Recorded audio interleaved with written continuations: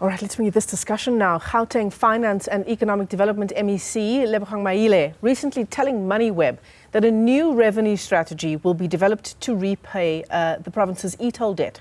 Now, this follows government's scrapping of the controversial project, which was run by the South African National Roads Agency, SANRAL. The provincial government is expected to pay close to 13 billion rand, which is a portion of interest owed by SANRAL.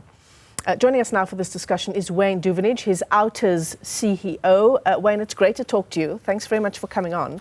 And I've got the article here. I've got the Moneyweb article here in front of me. I'm trying to sort of make sense of this new revenue strategy that's going to be used to tackle the SANRAL debt. So effectively, what Lebogang Maile is saying is that the province wants to raise money to finance the economy, not finance the debt. Does that make sense to you? Look, it doesn't. The first thing that doesn't make sense to us is why the government, the provincial government, even entered into an agreement with the national government or SANRAL that they were going to settle 30% of SANRAL's debt. SANRAL got this country into that debt on the e-toll matter, overpaid for the road construction. Everything was their doing. Why on earth they now come to the province and put them under pressure to settle 30% of that debt when they didn't enter into it? They had nothing to do with the terms and conditions. And there's been so many question marks around that. So, okay, they've now entered into this agreement. They're going to settle part of that debt plus another 4.5 billion rand for maintenance and repairs, which again just strikes us as very odd. These are SANRAL's roads, not the province's roads. Right. And now they're trying to raise funds to settle this debt. It really doesn't make sense to us. Yeah, I'm seeing the 4.1 billion rand, which is a loan from a credible financial institution. That's the wording here, to deal with maintenance.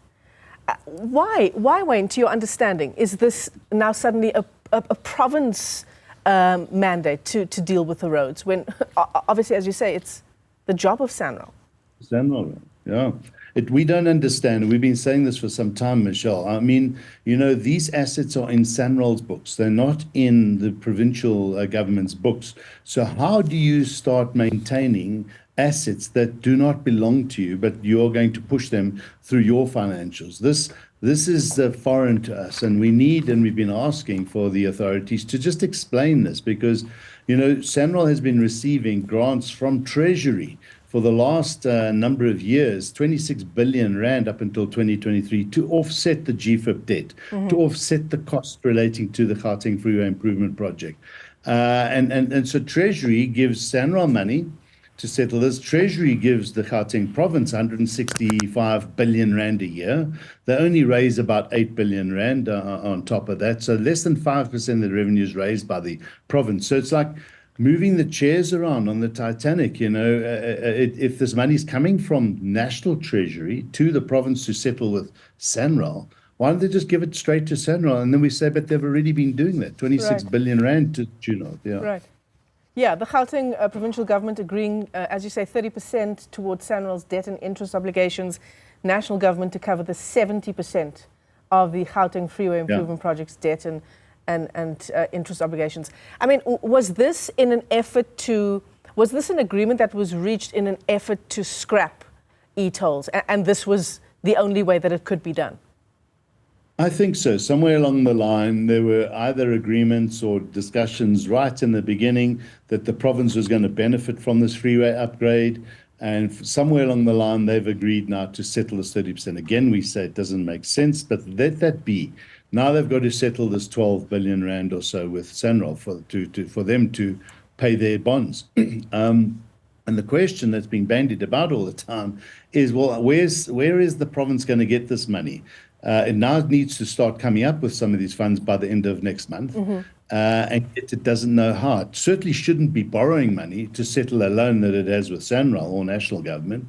And again, this is Treasury gives it 95% of its revenue. So, well, it's going to actually come from Treasury. Now they're talking about additional revenue generating mechanisms. Well, that's interesting. I mean, what are they going to do? If they increase their current revenue generation mechanics by 50%, which is very highly unlikely, that means they'll only raise 4 billion rand. And we want to know how they're going to do that, because they should be raising more money if they can. But what we've said and continuously say at local government and provincial government level, what are you doing to reduce your losses, to reduce your waste? Because we know, for instance, there's a big freeway or road upgrade on the Beyers-Naudé extension to Cradle of Humankind. It's been lying idle. A lot of money has been put into that, and it looks like the contractors have just disappeared again. And it's been lying idle for over a year. What is the province? It's a provincial road, by the way. What are they doing about this type of wasted expenditure? Yeah, certainly. And is the issue of increasing revenue collection a way in which we're going to deal with the debt owed by SANRAL? I mean, Lebogang Maile talks about, and I mentioned this at the start of our interview, the revenue enhancement strategy of the province, this new strategy, enhancing banking initiatives for revenue collected to ensure motor vehicle licenses are immediately deposited and reflects in the provincial government fiscus, license testing centres, new casino regulations, going from 9% to a sliding scale structure of between 8% and 15%, and the list goes on and on. So I mean, are these traditionally ways in which provinces try to increase their revenue? I mean, how do we increase revenue off of motor vehicle licenses? Exactly. So the question we've got is the motor vehicle licenses or driver's licenses isn't something that people say, oh, let me go and get a driver's license. Let me spend some money with government. They get it every 5 years, or they renew their license for their vehicle once a year. So they're not going to get any additional revenue just because they make it easier. In fact, we do say they should make it easier for people to get their licenses.